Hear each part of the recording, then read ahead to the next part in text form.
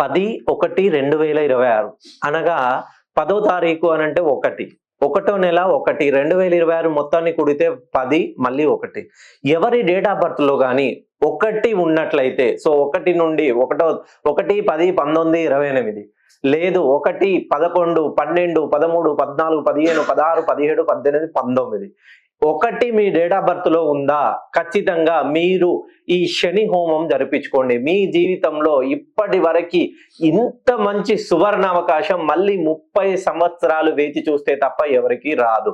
Me date of birth లో 3 1 ఉన్నా 2 1 ఉన్నా 1 ఉందంటే ఖచ్చితంగా మీరు ఈ జనవరి 10న జరిపించే శని హోమానికి మీ పేరు గోత్రనామాలు పంపించండి. మీరు అనుకోవచ్చు శని హోమం జరిపించుకుంటేనే మాకు మేలు జరుగుతుందా అంటే ఎప్పుడైనా ఒకటి గుర్తుపెట్టుకోండి, మనము ఎంతో కొంత మంచి చేస్తేనే ఆ మంచి మనకు రిటర్న్ అవుతుంది. శని భగవానుడు సాక్షాత్తు స్తోత్ర ప్రియుడు. సో ఎప్పుడైతే మన శని భగవాను వేడుకుంటామో ఓం శం శనేశ్వరాయ నమః, ఓ శనీశ్వర మాకెన్ని రోజులు ఈ కష్టాల నుంచి విముక్తి కల్పించండి అని మీ డేట్ ఆఫ్ బర్త్ లో 1 ఉందంటే ఖచ్చితంగా నేను ఈ జనవరి 10న జరిపించే శని హోమానికి మీ పేరు గోత్రనామాలు పంపించండి.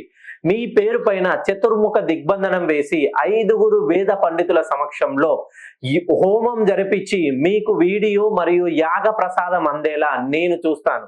ఇట్టి అవకాశం మళ్ళీ 30 సంవత్సరాలకు ఒకసారి ఇంత మంచిగా ఇది మీకు రావాలంటే 1వ తారీఖులో జన్మించినా కూడా మీ డేట్ ఆఫ్ బర్త్ లో 1 ఉన్నా కూడా మీరు ఖచ్చితంగా ఇప్పుడు శని హోమం జరిపించుకోవడానికి అర్హులు. ఇట్టి అవకాశాన్ని మీరు ప్రతి ఒక్కరూ మిస్ చేసుకోకండి.